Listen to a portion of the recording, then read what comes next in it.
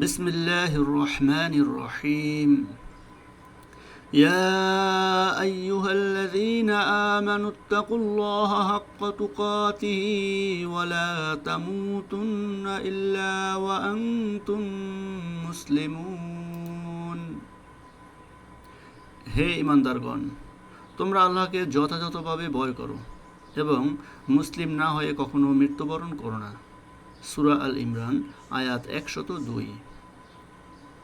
আলোচ্য আয়াতে সর্বপ্রথম আল্লাহ সুবহানাহু ওয়া তাআলা এখানে ইয়া আইয়ুহাল্লাযীনা আমানু অর্থাৎ হে ঈমানদারগণ বলে সম্বোধন করেছেন, যা নির্দেশ করে যে এই আয়াত মূলত মুসলমানদের জন্য একটি গুরুত্বপূর্ণ উপদেশ।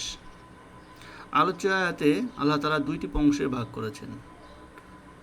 ইয়া আইয়ুহাল্লাযীনা আমানু তাকুল্লাহা হাক্কা তুকাতিহি অর্থাৎ আল্লাহকে যথাযথভাবে ভয় করো এবং ওয়ালা তামুতুন্না ইল্লা ওয়া আনতুম মুসলিমুন মুসলমান হয়ে মৃত্যুবরণ করো। আলোচ্য আয়াতে আল্লাহ তাআলা যথাযথভাবে ভয় করার কথা বলেছেন। আল্লাহকে যথাযথভাবে ভয় করা মানে কেবল আতঙ্কিত হওয়া বা শাস্তির ভয়ে কাঁপা নয়, বরং এটি তাকওয়া বা আল্লাহ ভীতির এবং আল্লাহর প্রতি পূর্ণ আনুগত্যের একটি বিশেষ স্তর, যাহা প্রকৃতপক্ষে আল্লাহর আদেশ মানা এবং নিষেধ থেকে বিরত থাকা এবং অবাধ্যতা না করা এবং সর্বদা তাকে স্মরণ করার জন্য উৎসাহিত করে। আল্লাহ যা করতে বলেছেন তা করা এবং যা নিষেধ করেছেন, যেমন মিথ্যা, গীবত, পরনিন্দা থেকে বেঁচে থাকা, সুদ, ঘুষ, হারাম উপার্জন এড়িয়ে চলা। আল্লাহর সন্তুষ্টির জন্য আমল করা কেবল শাস্তির ভয় নয়, বরং জান্নাতের আশা ও আল্লাহর ভালোবাসার আকাঙ্ক্ষা রাখা।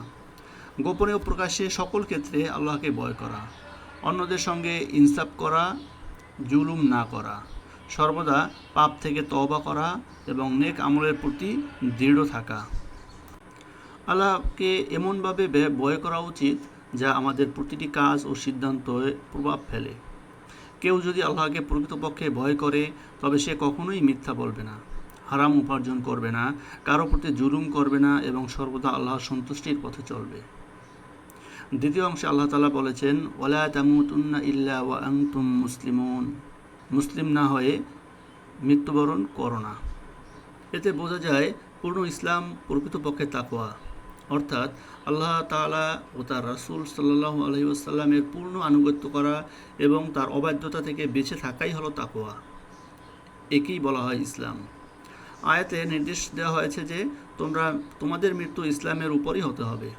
ইসলাম ব্যতীত অন্য কোনো অবস্থায় মৃত্যু আসা উচিত নয়। এখানে প্রশ্ন আসতে পারে, মৃত্যু কারো ইচ্ছাধীন ব্যাপার নয়, যে কোনো সময় যে কোনো স্থানেই মৃত্যু আসতে পারে। কাজেই আয়াতের নির্দেশের অর্থটা কী? হাদিসে এসেছে, তোমরা যে অবস্থায় জীবনযাপন করবে সেই অবস্থায় মৃত্যু আসবে এবং যে অবস্থায় মৃত্যু আসবে সেই অবস্থায় হাসরের ময়দানে সমবেত হবে। অতএব যে ব্যক্তি ইসলাম সম্মত পন্থায় জীবন অতিবাহিত করতে সংকল্পবদ্ধ থাকে এবং সাধ্যমতো ইসলামের আদেশ নিষেধ অনুসারে কাজ করে, ইনশাআল্লাহ তার মৃত্যু ইসলামের উপরই হবে। এই জন্য সর্বদা আমাদের এমনভাবে জীবনযাপন করতে হবে যাতে মৃত্যু এসে গেলে আমরা ইসলাম ও ঈমানের উপরে অটল থাকি।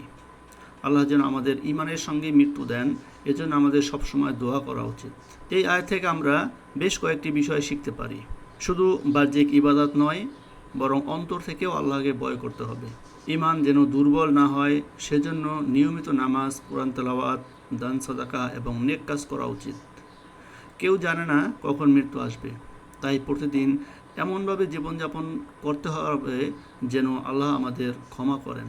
হে আল্লাহ, আমাদের প্রতি তাকওয়া দান করুন, আমাদের অন্তরকে ঈমানের উপর সুদৃঢ় রাখুন এবং মুসলমান হিসাবে আমাদের মৃত্যু দান করুন। আমিন। আসসালামু আলাইকুম ওয়া রাহমাতুল্লাহ।